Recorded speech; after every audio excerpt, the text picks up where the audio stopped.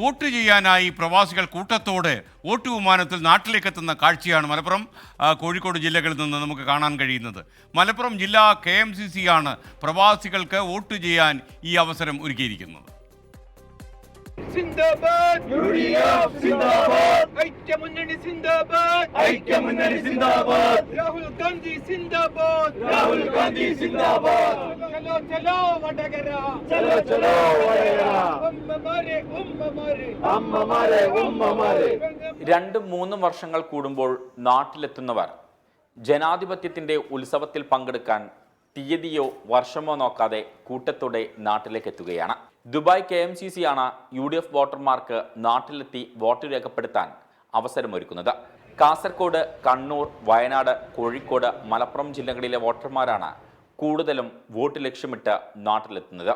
ഈ ഒരു ലോക്സഭാ തെരഞ്ഞെടുപ്പ് കേരളത്തിൽ ഐക്യജനാധിപത്യ മുന്നണിയുടെ 20 സ്ഥാനാർത്ഥികളെയും വിജയിപ്പിക്കുന്നതിന് വേണ്ടി മുഴുവൻ ജനാധിപത്യ വിശ്വാസികളും രംഗത്തിറങ്ങുന്ന ഒരു കാഴ്ചയാണ്. അതുപോലെ തന്നെ ഞങ്ങൾ പ്രവാസികളും ഏറെ ആവേശത്തിലാണ്. കേരളത്തിൽ ഏറ്റവും കൂടുതൽ പ്രവാസി വോട്ടർമാരുള്ള ഒരു ജില്ലയാണ് കോഴിക്കോട് ജില്ല, അതുപോലെ തന്നെ വടകര നിയോജക മണ്ഡലവും.